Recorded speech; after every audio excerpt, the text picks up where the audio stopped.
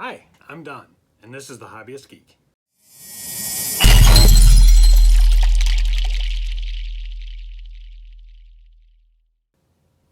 And today we are moving on with R2 once more, issue 24 in hand. We got some parts here. It looks like we're going to be jumping back to the leg and maybe even building a wheel. So let's get this thing cracked open and see what we got. Alright, here are the parts that we get with this issue. We have 2 wheel covers and the wheel itself, as well as a number of screws.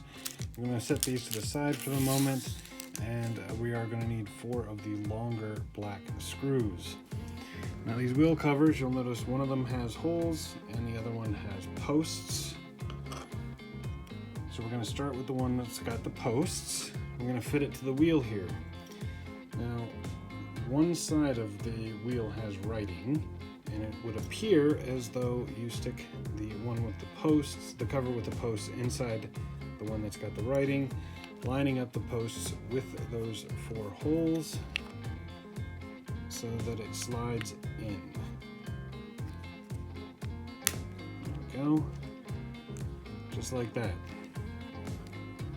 I'm going to take this cover, I'm going to fit it over and try to line up the holes. There we go, just like that. And 4 screws go through there to tighten it all together. And that is it. That is the end of stage 24.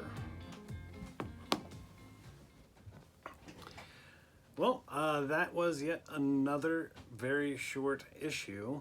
I gotta admit, I'm a little disappointed. I mean, when all is said and done, I'm not clear on why this was assembled in this way. I mean, it seems like it would have been easier to simply put it in a single mold and come out as a single piece.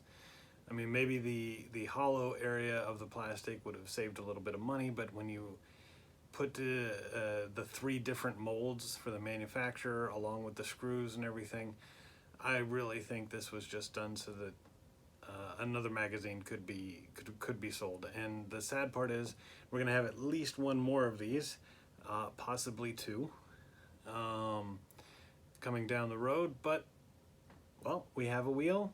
It's nice and solid, and I am looking forward to seeing what comes next.